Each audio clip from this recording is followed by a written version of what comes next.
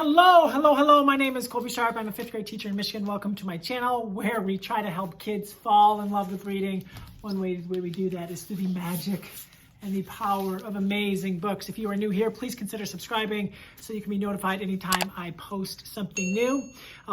Each day, towards the end of each day, we read a picture book. It's magical, it's amazing. Sometimes just awesome things come from it. Other times we just enjoy a great story or read a really cool piece of nonfiction and learn some awesome things. So hopefully you get a chance to share picture books with your kids. There's nothing like it. I'll put a list of all the books that I'm talking about down in the description so that you can check them out and learn a little bit more about them. Because I'm going to try to be quick because this is the end of March and I'm running out of gas. It's been a year and spring break is close. Okay, first up, big feelings. Maybe you read the book All Are Welcome by the same author-illustrator combination team. A lot of people read that as one of the first books that they read during the school year. We read it as we were welcoming 5 students back. Like the day before, 5 students came back from learning virtually to in person. We read that one. And then recently, we just read Big Feelings. And let's be real, feelings are hard when you're 10 or 8 or 16 or 36 or 39 like I am. We have big feelings and sometimes we don't always know how to handle them or what to do with them. I feel like my students are going through a lot of that right now where just like things that might seem little to me or seem little to their classmates are big to them. And that's okay. They need to be able to feel big things. And what a great way to do it. What a great way to help them by reading a book like this. Isn't that awesome? You can check this out. You're going to like this. You're going to like this. You might even want to turn this into a poster on your wall. We all have big feelings, right? So I really like that one. It was a fun book to read aloud. I think this was one of the last books. Yeah, one of the last books we read this month. Big feelings.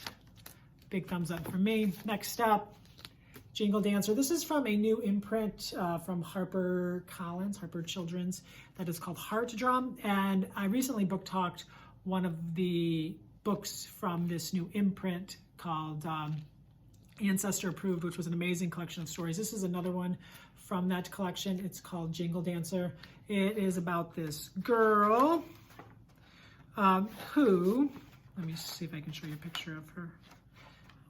Yeah, oh, here's her and her grandma. And she wants to dance at the upcoming powwow. And she wants to have these things on her dress, but they don't have time to order them in time. And you can see her practicing the dance in front of the TV and like a little VHR. And she goes and sees different people in her family and in her community, and they all give her some of those things right there.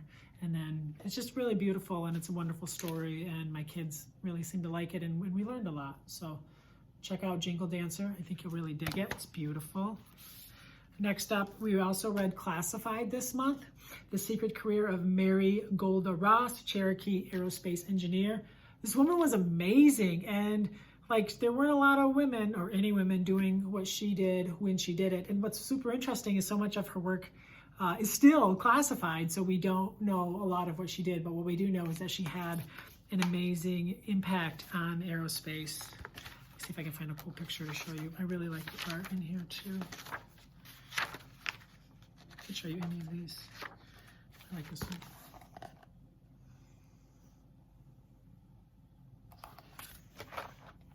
Isn't that cool? Like I'm all into classified stuff. I think that's super interesting.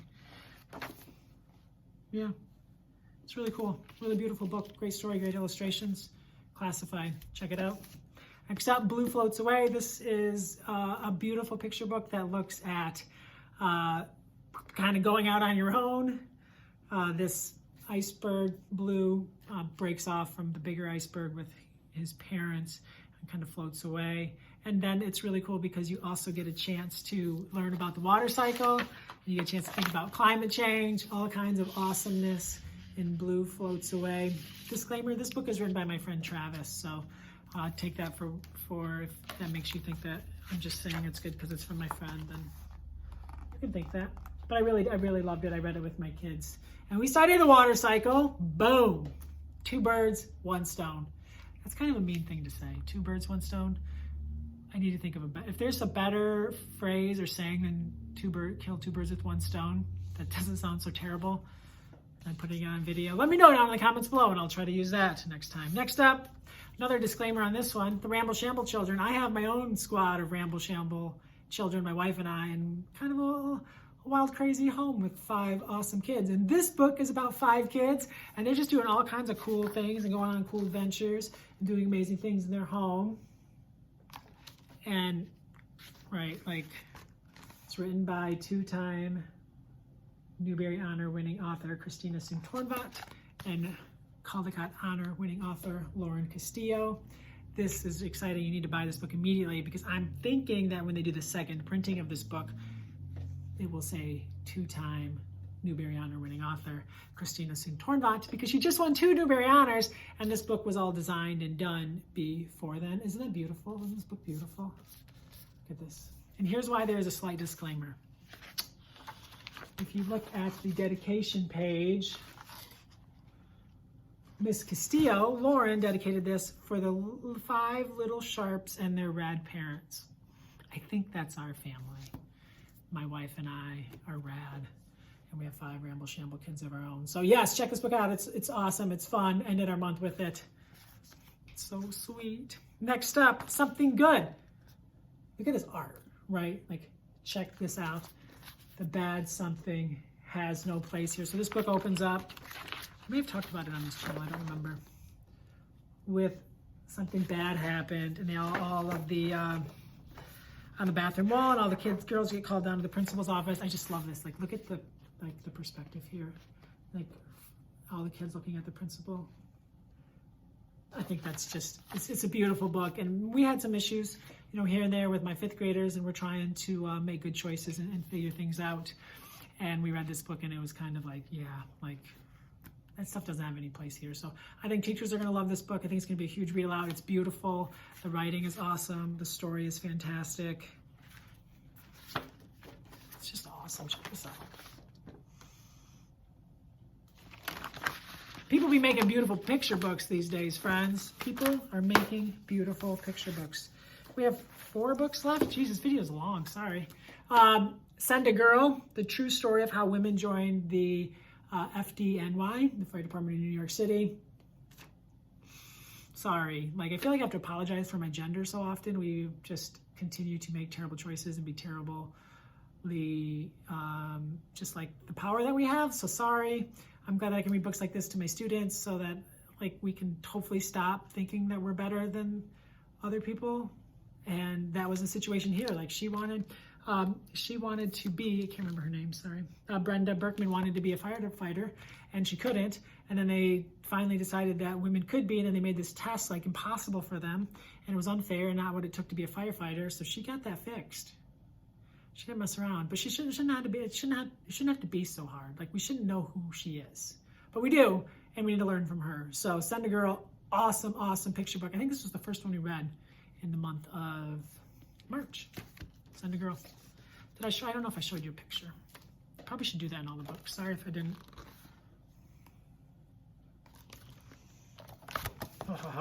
All right.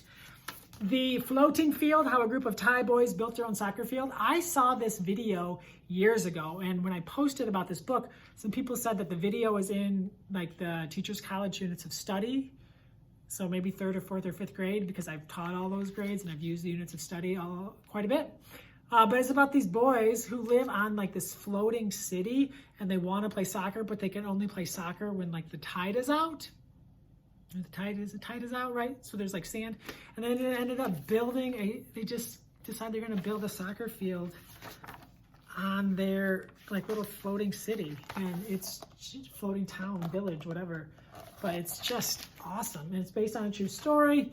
It is a true story. We, after we read the book and talked about it, we watched the video on YouTube. It was so much fun. Yeah, it's just cool. Like, the world is there's so many interesting places and people and stories, and, like, I get to introduce so many to my kids through picture books. So thank you to publishers and authors and illustrators and agents and editors and book designers and all of the people who help get these stories to us. Oh, and like this one. Sorry, another situation. Bobby Gibb and the Boston Marathon, girl running. First girl to ever run the Boston Marathon. She just decided she was going to run it, even though they wouldn't let women. It was awesome. This book is beautiful. Another situation, though, where females are being forced to do things that they shouldn't have to do, or they can't do things they want to do, and it just, as a father of daughters and an amazing husband of an amazing, strong, beautiful wife, powerful wife, amazing humans, like in my house, like I just am so frustrated that they live in this world still. Maybe I know women can run the Boston Marathon, but just there's a lot of things that are ridiculous still. So we're gonna keep reading books like this so we can hopefully get it to the point where the kids sitting in our rooms make the world better, because we haven't quite done it ourselves. If you haven't read this book, read this one. I would say, yeah, maybe if you only read one from this pile, sorry to everyone else, but pretty important book with the terrorist attack, the domestic terrorist attack that happened in Atlanta, Georgia, with so many Asian Americans being murdered. We need to do a better job of raising our kids to see the beauty in everyone and to see the world through other people's eyes. And we read this book the day after that shooting, and I just read it. And I hope that through reading this story and many more stories that feature Asian Americans, Pacific Islanders, and we can make this world a little kinder, a little smarter, and that we can get to where we need to be as a society. So picture books, powerful, beautiful things. Thank you so much for tuning in and staying to the very end. My name is Colby Sharp. I hope you have an awesome tastic.